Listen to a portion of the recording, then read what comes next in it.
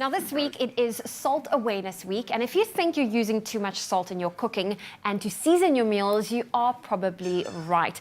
Now the World Health Organization, they recommend that our daily intake of salt should be no more than 5 grams per day. And here to show us how easy it is to actually cook with less salt, we have the one and only Amy Hopkins. Good morning. Morning. I'm loving the ingredients in front of me. I can smell the vegetable Thai curry, because that's exactly what you're going to show us how to cook. It is a low sodium vegetable Thai curry. Absolutely. I'm so excited. And all those beautiful flavors that you're smelling, they're from our delicious lemongrass, our garlic, our ginger, our chili, our basil, all of these beautiful things that give such impactful flavor to a dish that you don't actually need to add salt at all.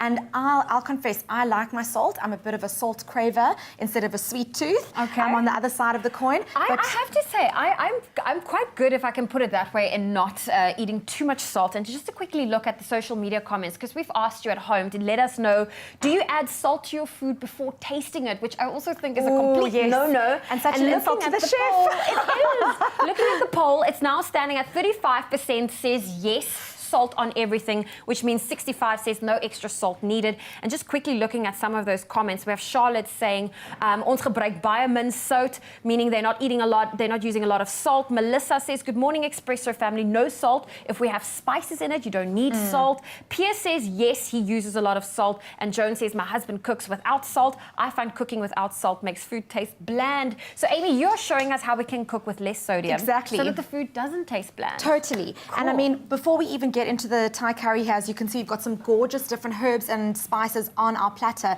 Yes. All of these are different ways to add amazing flavor to your food without using salt. Chili is a good one, obviously, that adds a beautiful spice and increases your endorphin boost, so also mood boosting. The smell of fresh Ginger, herbs. so good for your immune system. We've got things like turmeric, cayenne pepper, cinnamon, nutmeg, those warm spices, cumin and cardamom, and then of course your fresh herbs like your coriander, your mint, your sage, your rosemary, your basil. All of these are different ways to add amazing flavor to food. You don't need to add salt at all. So as I'm going to start off over here, we've got a little bit of coconut oil, which I'm just going to heat in a pan.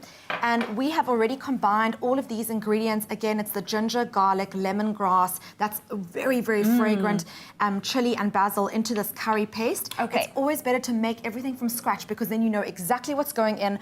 Often your ready-made processed foods have a lot of additional salt, and you don't even know how much you're getting in your food. So it's good to make it from salt. So you Absolutely, use these from ingredients scratch. and you made a little bit of a paste over there. Yes, you just put it in the blender for a couple of minutes and just, you know, you've got your with a bit of coconut oil and you're done.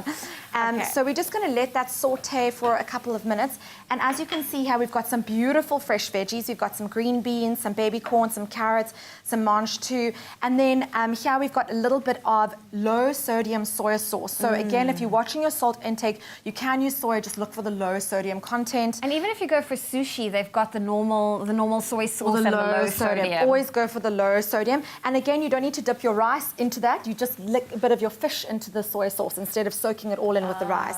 Okay. All right, so now let's put our veggies in.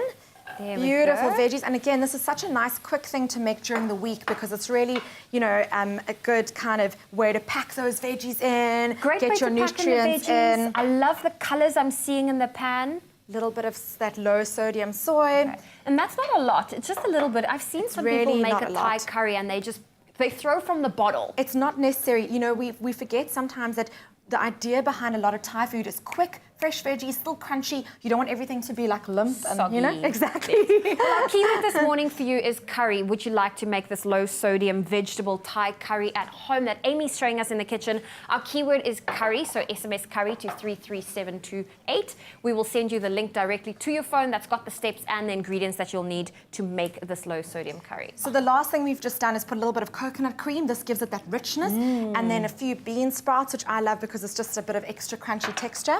And then as you can see here, we've got our ready-made dish, and we can serve that with some lovely basmati rice. You can see all those beautiful flavors. They kind of marry a bit over time. So what you would do is just sort of let this sit for about another 15 or so minutes. Not too long. Again, we don't want everything to go all soft and limp. You want those lovely crunchy veggies. And again, so nice to serve for dinner. You can have a bit of leftover for lunch the next day. Quick and easy and full of flavor.